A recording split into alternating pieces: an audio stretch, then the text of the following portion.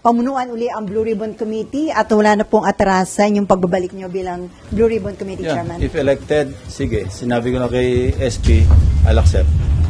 So ready na ho uli kayo sa posibleng pag-question ng ilang senador sa ano magiging decision o hakbang nyo sa investigation sa flood control ng That Malis? much diniscuss din namin na pareho pa rin.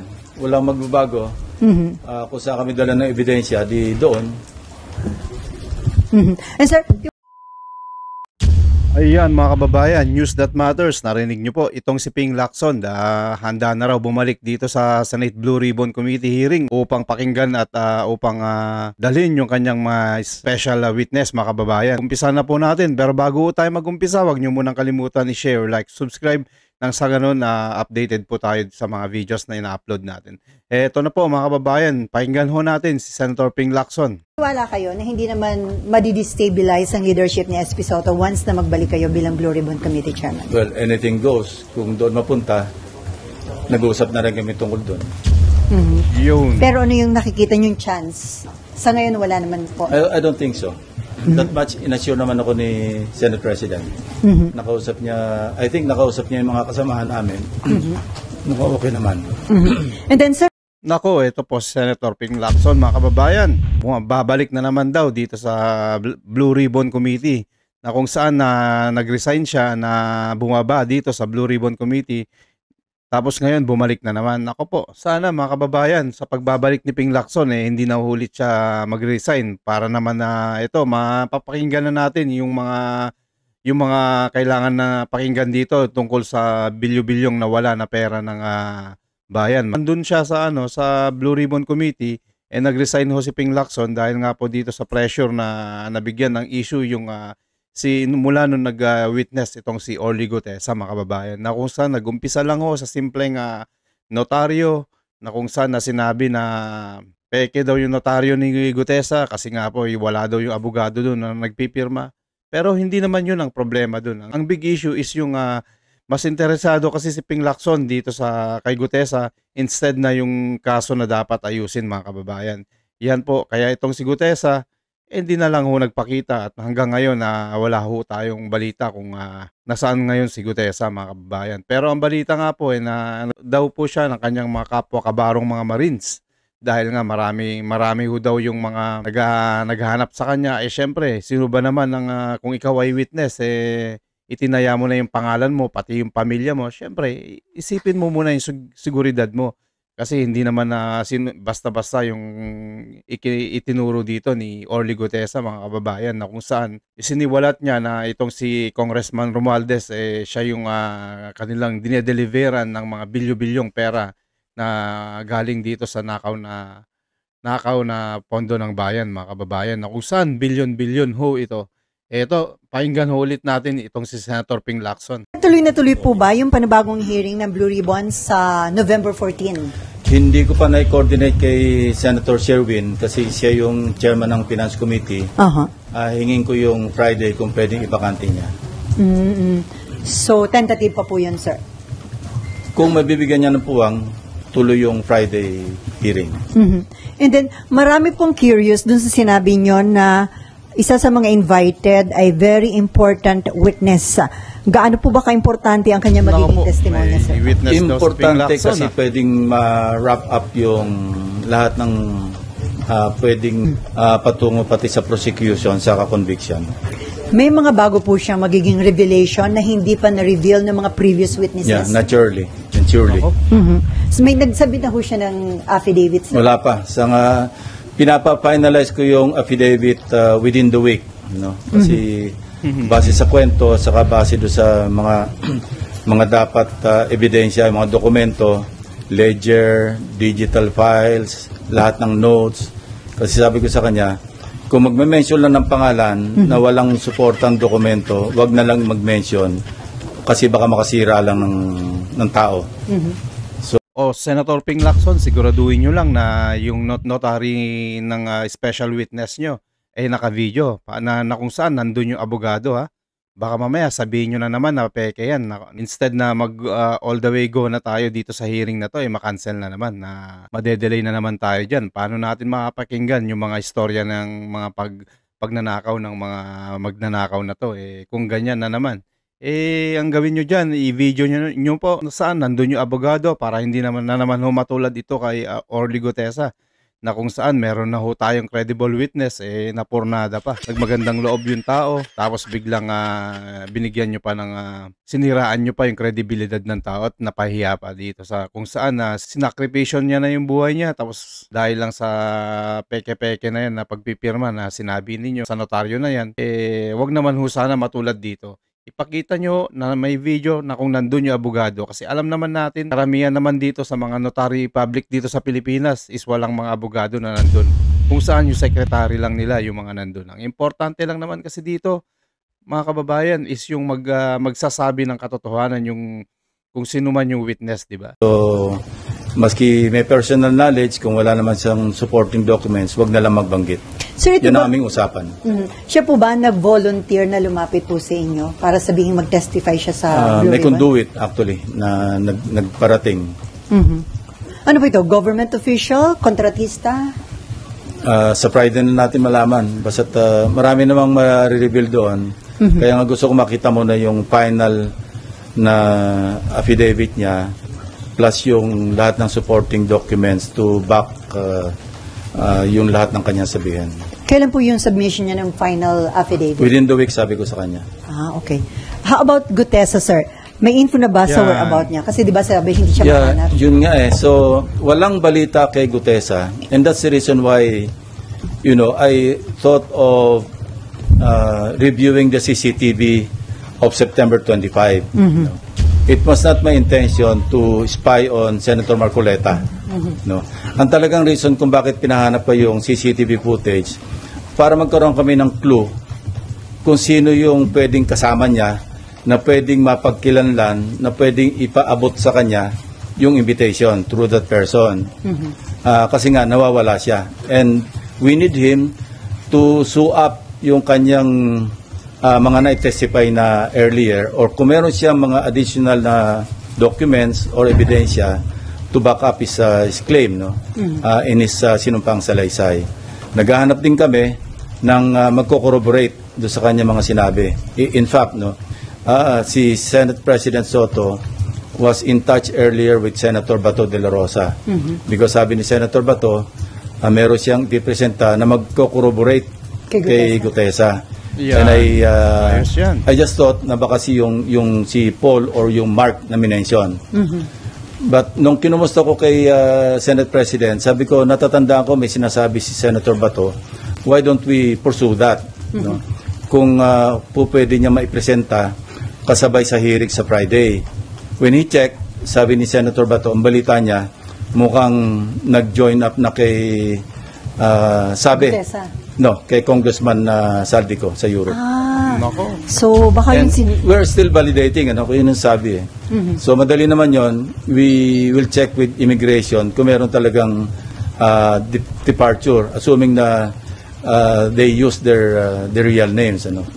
Yeah. So, sino po ba yun yung ihaharap Mark and Paul, yung sinasabi niya na yeah. kasama niya na nag-deliver. Importante yun kasi what we need kay Gutesa, yung magko-corroborate, whether it's another witness or whatever documentary evidence na mayroon siyang hawak para maipakita niya. Otherwise, mere allegation by one person, parang maski sa korte, maski sa prosecution level, baka hindi mag-hold water.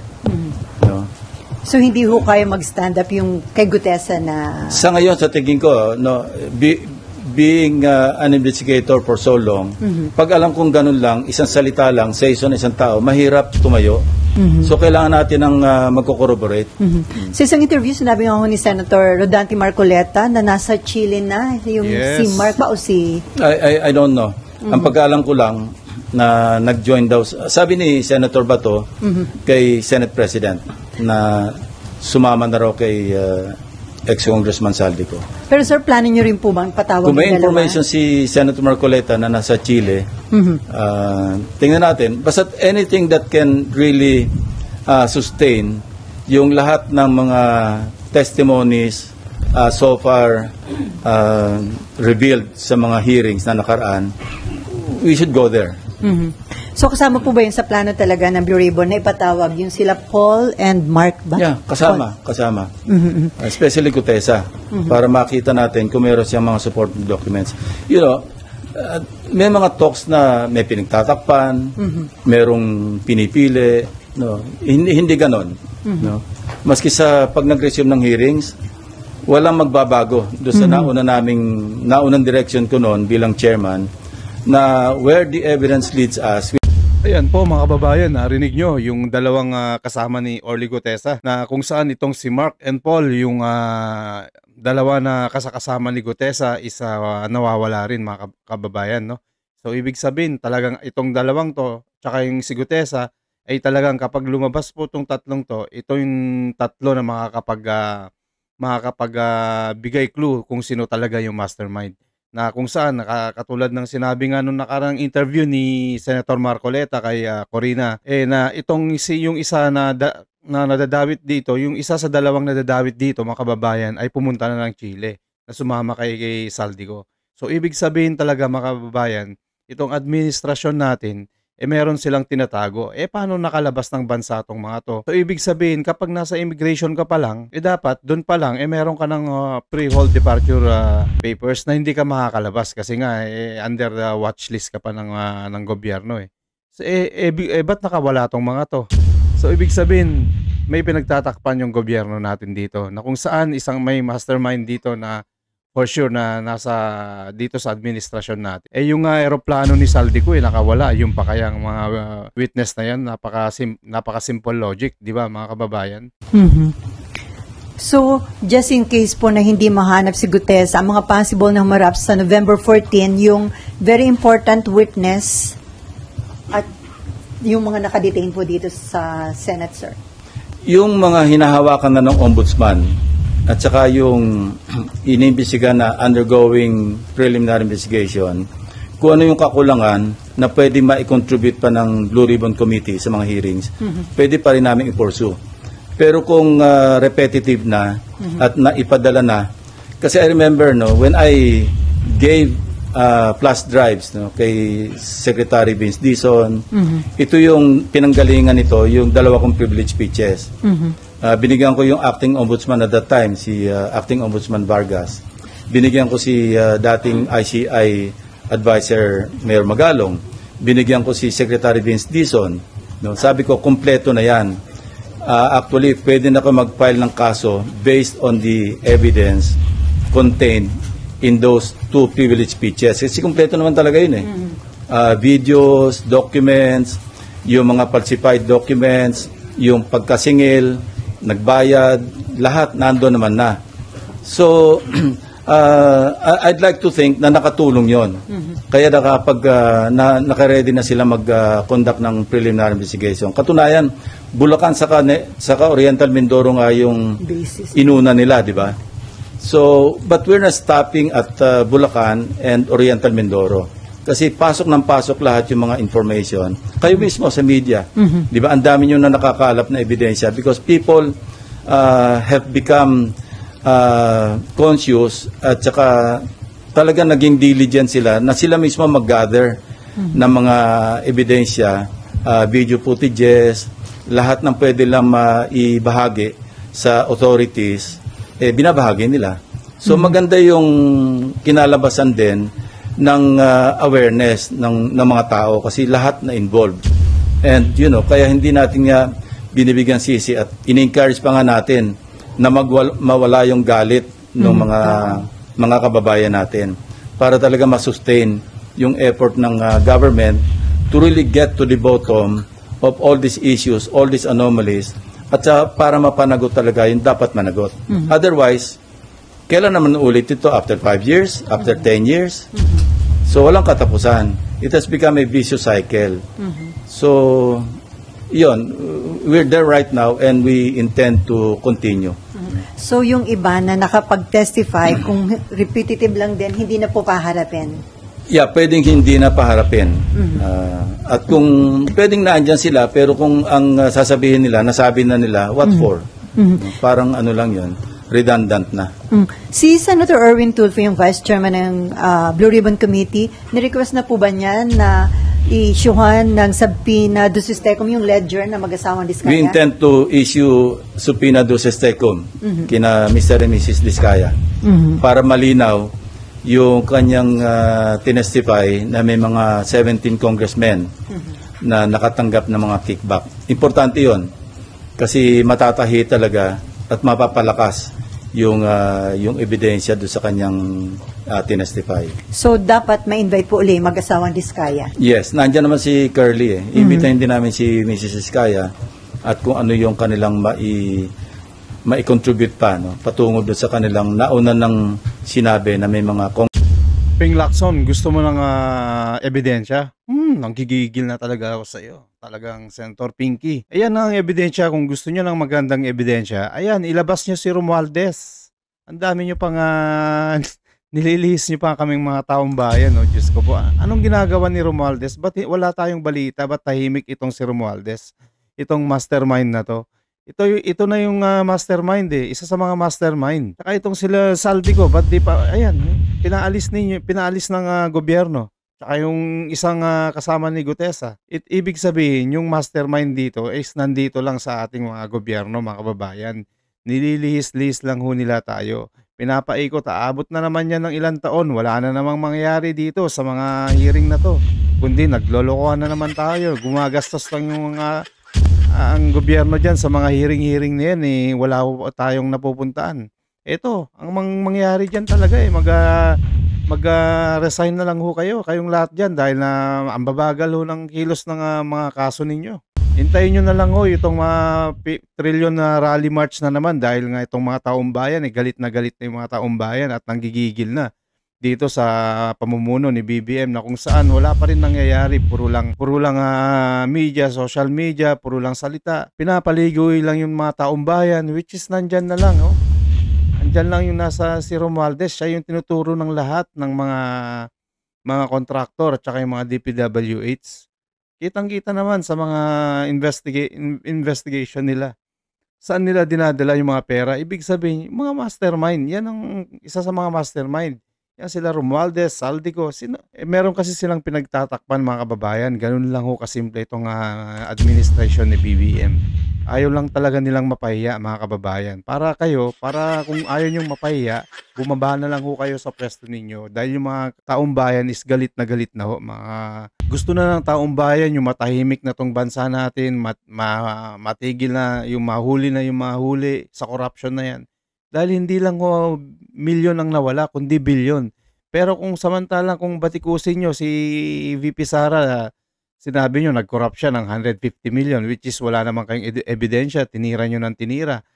Gusto nyo ipa-impeach dahil natatakot kayo na kapag si VP Sara ay naupong presidente, kayo ang babalikan for sure. Ngayon itong nadadawit dito, yung nasa administrasyon, yung pinsan ng presidente, yung si Congressman Saldico, yung mga kaalyado nila, wala, tikom ang bibig. Mga ICI, wala rin yan. Sino ba nagtatag ng ICI? Si Bongbong Marcos, ating presidente.